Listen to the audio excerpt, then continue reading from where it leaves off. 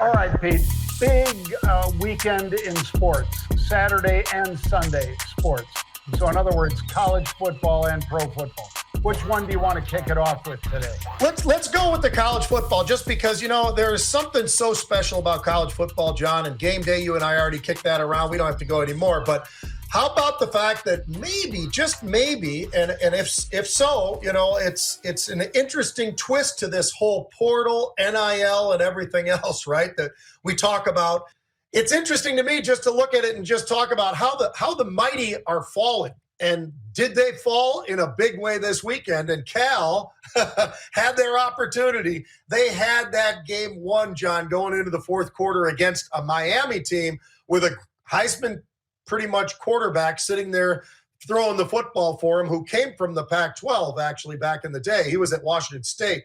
But, John, what if I told you Bama was going to lose to Vanderbilt? What would you say? No way, probably. They never lose to Vanderbilt. So they lose. They're number one. Number 4 is Tennessee. They go out and all they do is lay an egg against Arkansas. And then Mizzou at number 9 gets a little bit cocky. They get beat up by a pretty damn good, well-coached Texas A&M team that's actually ranked number 25. But you can see where I'm going. Michigan, they're number 10. They collapsed against Washington. Number 17, USC. You know who they lost to? I think you do. University of Minnesota, baby. The Golden Gophers came through. The crowd came through. They rushed the field. PJ Fleck and everybody was excited beyond words.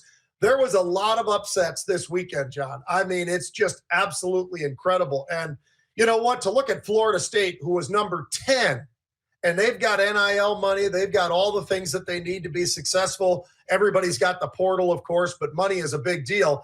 Well, if I told you at the beginning of the year that a top 10 team, number 10, but a top 10 team was going to be 1-5 in the first 6, you'd go, I really doubt that. That's ridiculous. What if I told you this? Indiana is going to be 6-0 in the first FBS team that already has clinched eligibility for a bowl game. It's Indiana. Nobody else, because they've already played their 6 games, and they're 6-0. They've got a great quarterback. But you and I also talked about the kid out of Boise State.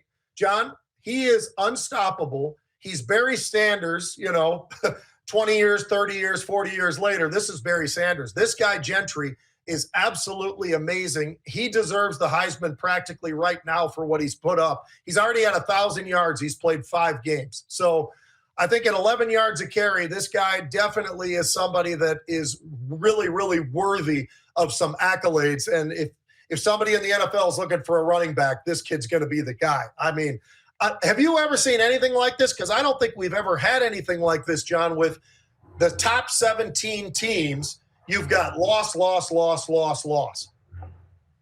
Well, yeah, you're right. I know I have not seen a week as bad for ranked teams, Pete, as this. I mean, USC was either 9, 10, or 11, depending on the poll, and the Gophers took it to them.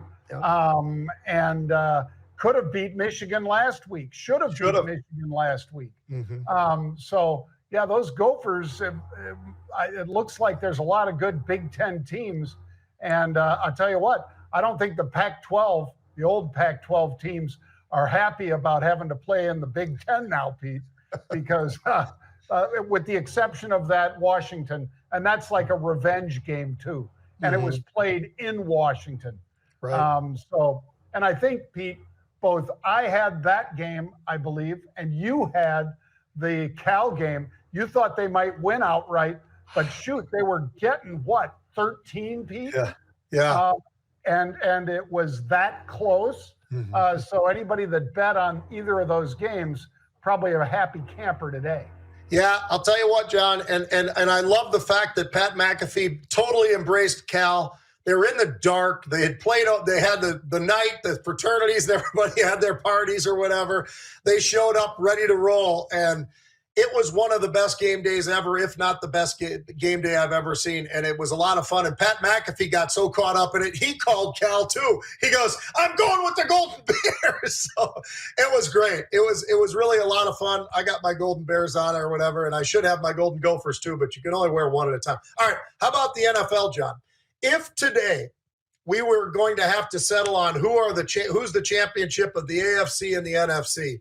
Here's what I got. I think you'd agree, because just eyeball test plus records, it's easy so far. It would be the Kansas City Chiefs for me against Baltimore. Baltimore's record's not great. They started off a little slow, and they finally figured out, hey, we gave a lot of money to a running back by the name of King Henry, and why aren't we running the ball with this guy? And I'll tell you, John, I looked this guy up. He is so committed to being the best running back in football. It's incredible. He's 6'3". He weighs 255 pounds. He's 2% body fat. He's got his own dietitian who lives with him. He does not put anything in his body that he feels is going to be negative. And when he gets the ball, nobody on the defensive side wants to see that guy coming at him. So I think Baltimore and Kansas City for me in the AFC, with Houston kind of looking in from the outside maybe. And then the Vikings, who so far remain undefeated. It's just them in Kansas City. And they just come in every week, John, with a quarterback that I did not believe in. And I'm first to admit it. So far, I've been wrong so far. But he's played really, really well. And we've come up against everybody from San Francisco and now Green Bay, you name it. And we just keep on winning. Now we go out to the Jets. The Jets are just a team in disarray, by the way. So they're going to – the Vikings, I think, are one side of it. How about Washington? All they do is win. They've got the quarterback that you and I talked about last week. But the guy, John, I can't believe how Jaden Daniels – and we said it, the best quarterback in the draft was Jaden Daniels. Well, he's 77% in completions. He's not throwing a lot of touchdowns. He's also not throwing interceptions. So I'll take his stats there. He's averaging the ball 5 yards a carry. He's already run for 300 yards as a quarterback, and he's navigating the team to actually look like somebody who's relevant. We went into the season probably thinking, well, the Washington Commanders, or whatever name they want to call themselves, are probably going to be at the bottom. They ain't at the bottom, John. These guys are playing ball. Sorry, Pete, I was muting you because of the drilling upstairs. Yeah, no big deal. Somebody's adding a bathroom or something. Yeah, I would say, Pete, that we're seeing some cream rise to the top in some cases. Some revenge play, like obviously the Vikings-Jets. That's fun. Just like the Michigan-Washington college game this week. And the Vikings are the only 5-0 team in the NFL. The only 5-0 team. Now, obviously, Kansas City's 4-0, and they could be 5-0 pretty quick, but that's pretty impressive. That Central Division, or as Chris Berman would say, the Norris Division. I never understood why back in the day Tampa was in that division, Pete. Yeah, they just plugged him in. That's all. But, yeah, there's a lot of great football being played, and you know who's fallen apart in the last couple of weeks, Pete? Seattle. Yeah. A team that you and I both were, pretty impressed with. And then, the wheels came off and they were made to look pretty dumb now 2 weeks in a row, and beaten up pretty bad, with a mini Megatron and all that kind of stuff.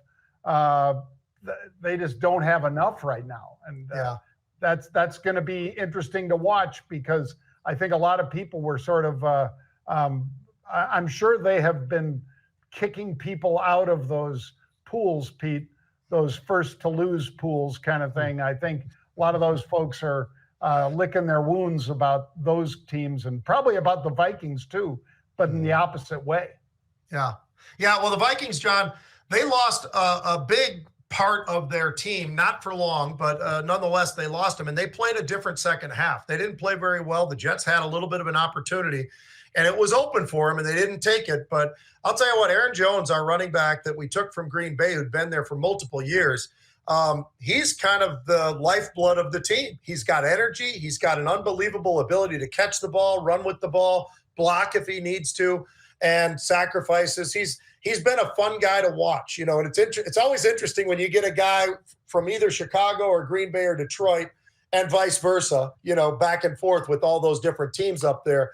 It doesn't happen often, but when it does happen, it's pretty interesting. And this guy, he wanted his Lambeau leap. He didn't get it, but he's been playing really, really well for the Vikings, John. Yep, he is a good player, and they miss him. Yeah. It's pretty surprising, Pete. What did Aaron Rodgers have 2 pick sixes, Pete, in that game? I know he had the one.